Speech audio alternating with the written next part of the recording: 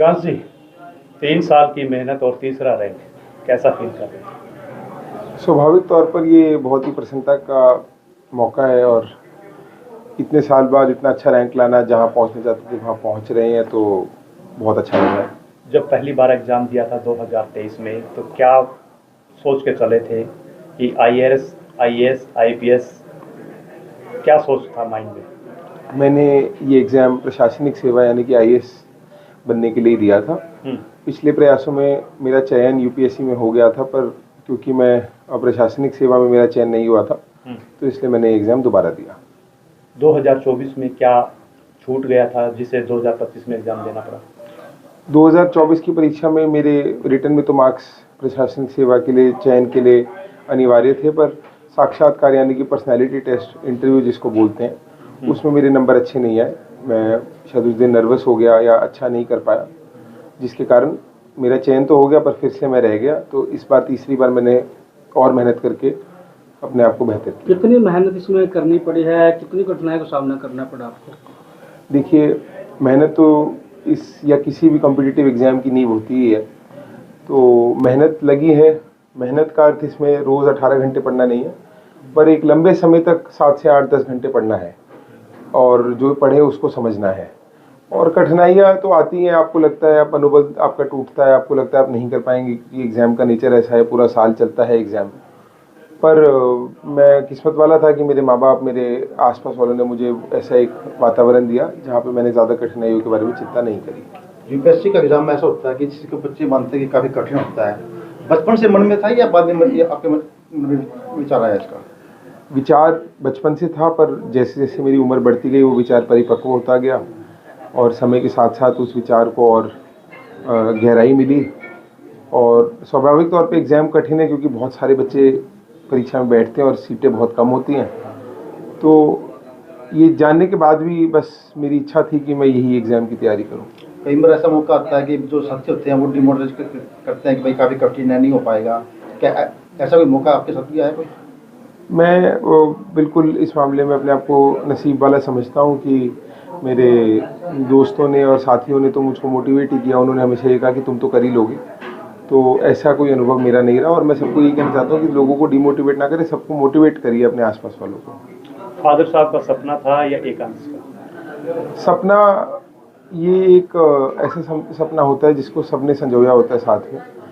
स्वाभाविक तौर पर पिता का सपना होता है, पर मेरी माताजी, मेरे और मेरे आसपास जो लोग हैं उन सबका भी ये सपना था, जो बाद में मेरे अंदर जिसने एक ईंधन दिया, वो सपना मैंने इंटरनलाइज किया, मेरे अंदर भी बन गया फिर, और फिर वो हम सबका एक कलेक्टिव सपना लेकर आगे चले। एकांश जी, इसका श्रेय किसे देना चाहोगे आप? ऐसी कामयाबी किसी एक इंसान के को कोई हम श्रेय नहीं दे सकते। ऐसी कामयाबी के लिए बहुत सारे लोगों ने अपना समर्थन और अपना सपोर्ट दिया होता है। मेरे माँ बाप, मेरे रिश्तेदार, मेरे दोस्त, भाई बंधु और मेरे टीचर्स, सब ने समय समय पर मुझको कंट्रीब्यूट किया और मतलब उस सब का परिणाम है कि हमको ये सफलता मिली। यूपीएससी का जो एग्जाम आपने क्रैक कर लिया, लेकिन मन में क्या चीज़ है कि आप क्या करना चाहते हैं कि कुछ नया, अभी आगे भविष्य में क्या कुछ नया करना चाहते हैं उसके अंदर जिससे आपका नाम हो? मैं बचपन से क्या कहते हैं अर्बन एरिया में रहा हूँ, तो मैं जो हमारे अर्बन, जिनको शहर बोलते, शहरों के विकास और शहरों को ग्रोथ और विकास की ईंधन की तरह देखता हूँ। और शहर से मेरा पैमाना सिर्फ दिल्ली और चंडीगढ़ नहीं है। दिल्ली, चंडीगढ़ से लेके सफ़ीदों, सब अलग अलग तरह के शहर हैं। वो सब शहरों का मैं विकास कर पाऊँ और उनको विकास का एक ईंधन बना पाऊँ, ऐसा मेरा सपना है। सफीदों आज आप पहुंचे थे और जिस तरीके से आपका जोरदार स्वागत किया गया, इस पर क्या कुछ कहेंगे? ऐसे स्वागत का मैं बहुत खुश हुआ और मैं बहुत आभारी हूँ सफ़ीदों के, मेरे रिश्तेदारों का, जानकारों का, जिन्होंने ऐसा मेरा सम्मान किया। और अब मैं उनका कर्जदार भी हूँ। इतना मान सम्मान, प्रेम मुझे दिला। आशा करूँगा कि आगे आगे कभी कुछ अपनी सेवा से ऐसा कर पाऊँ कि उनका कर्ज उतार पाऊँ। नए बच्चे किसी भी एग्जाम की तैयारी कर रहे हैं, क्या कुछ संदेश रहेगा आपका? उनको यही बोलूँगा कि निरंतरता, अनुशासन और डिसिप्लिन और एनालिसिस, ये साथ मिलकर करें तो उसे कोई भी सम्मानित अच्छी बात करेंगे। है। आपकी इस जीत में कोचिंग इंस्टीट्यूट का कितना श्रेय मानते हैं, क्या फीडबैक रहा? कोचिंग आवश्यक है, पर सबसे ऐसा नहीं है कि उसके बिना हम एग्ज़ाम नहीं कर सकते। मेरा ऐसा मानना है कि हम किसी एक कोचिंग पर समर्पित ना हो, हम बेस्ट मटेरियल निकालें हर कोचिंग से और उसको अपनी तैयारी में अपने हिसाब से यूज़ करें। दृष्टि की तरफ कूच कर रहे हैं बच्चे भी।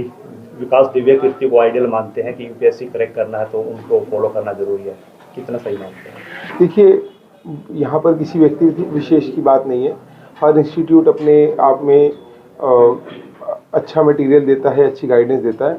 बच्चे को जो मटेरियल, जो गाइडेंस रास आ जाए उसको फॉलो करनी चाहिए और सब जगह से जहाँ से भी ज्ञान मिले वहाँ से उसको ज्ञान ले लेना चाहिए। एकांश की जो कोई भी जो पद अगर जो पद मिलता है तो पहले कलम से क्या करना चाहेंगे, मतलब किस चीज़ के लिए काम करेंगे? देखिए, जो भी सरकार की नीतियाँ रहेंगी उनको हम अंतिम पंक्ति तक पहुंचाना चाहेंगे और honourable chief minister and prime minister के विजन के हिसाब से काम करना चाहूँगा मैं। और मेरा दिली तमन्ना है कि मैं सरकार और लोगों के बीच जो समाज में दूरी बनाई हुई है वो ख़त्म कर पाऊँ। आपके फादर साहब भी एक चेयरमैन के पद पर रहे हैं हरियाणा के अंदर, अच्छी प्रशासनिक सेवा उनकी रही है। आपका क्या रोल रहने वाला है? क्या वही जुड़ाव रहेगा आम जनता से? मैं चाहूँगा कि मैं और अच्छा जुड़ाव बनाऊँ लोगों से और उन तक पहुँचूँ, उनकी समस्या समझूँ और उसको जैसे भी हो हल कर पाऊँ। आपके फादर साहब ने भरे मन से एक वाक्य साझा किया कि अगर मैं अंदर बैठा हूं तो हमारे जो पीएन बाबू हैं वो पर्ची जो है वो जेब में रहती है, अगर कोई मिलने जाता है तो वो कहीं ना कहीं वो वही इंतजार करना पड़ता है। भविष्य में क्या लेके चलेगा? मेरी कोशिश रहेगी कि जैसे भी हो पाए हम सरकार और लोगों के बीच जो दूरी बनाई गई है उसको ख़त्म करें और लोगों को साथ लेकर चलें और वो हमारे तक पहुँचे। उसके साथ साथ उतना ही अनिवार्य है कि हम भी उन तक पहुँचें। सरकार भी गांव में जाए, उनकी समस्याएं सुने और उनका समाधान गांव के अंदर जाकर करें। यूपीएससी के ट्रैक पे जो बच्चे आज चल रहे हैं उनके लिए आप क्या मैसेज देना चाहेंगे? किस तरह का फीड आपकी तरफ से रहेगा? निरंतरता, अनुशासन और अपने अब आत्मचिंतन वो मंत्र हैं जिससे हम यूपीएससी जैसे पहाड़ को चढ़ सकते हैं। पढ़ाई कहाँ से की थी आपने? मेरी बचपन की स्कूलिंग चंडीगढ़ में हुई और उसके बाद मैंने अपनी ग्रेजुएशन बीकॉम ऑनर्स करी मैंने Shri Ram college of commerce Delhi से। कोई सफेदों के लिए, जींद जिले के लिए कोई विशेष मैसेज? देखिए, मैं यहाँ के युवा मेरे बहन भाइयों को यही संदेश देना चाहूँगा कि जिस भी फील्ड में वो आगे काम करना चाहते हैं पूरी तन मन धन के साथ करें और पूरा समाज और पूरी सरकार आपके साथ खड़ी है और हम सबको गौरवान्वित करें। कहाँ से बिलोंग करते सर आप?